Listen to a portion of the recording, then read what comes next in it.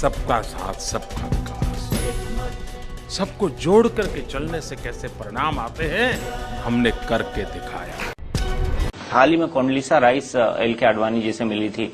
आप यूएस का वीजा मांगते नहीं, उनकी तरफ से क्लैरिफिकेशन आ जाता है कि हमने नरेंद्र मोदी को वीजा नहीं देंगे या देंगे तो देखेंगे, हमारे यहाँ फिर से प्रोसेस होगा। क्या वाकई में आप यूएस जाने का सोच रहे हैं? और आपको आडवाणी जी का ये जो इंटरवेंशन था कोंडलीसा राइस के साथ कि एक चुने हुए जनप्रतिनिधि को, जो आप अपने आप को बड़ी डेमोक्रेसी कहती है अमेरिका, वीजा नहीं दे रहे, ये गलत है? देखिए, आडवाणी जी ने जो मुद्दा उठाया था वो वीजा देना या न देना वो नहीं था। आडवाणी जी का मुद्दा ये है कि भाई वीजा कोई आदमी मांगता नहीं है, फिर भी आप बयानबाजी बन करके अपने यहाँ लोकल पॉलिटिक्स में उपयोग क्यों कर रहे हो।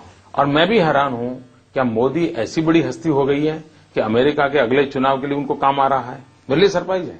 कभी कभी मुझे लगता है शायद जैसे हिंदुस्तान में कुछ लोगों की रोजी रोटी चलती है मेरे कारण, शायद अमेरिका में भी एक छोटी टोली बन गई है जिनकी रोजी रोटी हो सकता है मेरे कारण चलती हो, मुझे मालूम नहीं है। तो मेरे लिए तो ये आभार की मुद्दा है। मैं अमेरिका का आभारी हूं। कोई ऐसा ही करते रहे, जीवन भर ऐसा करते रहे।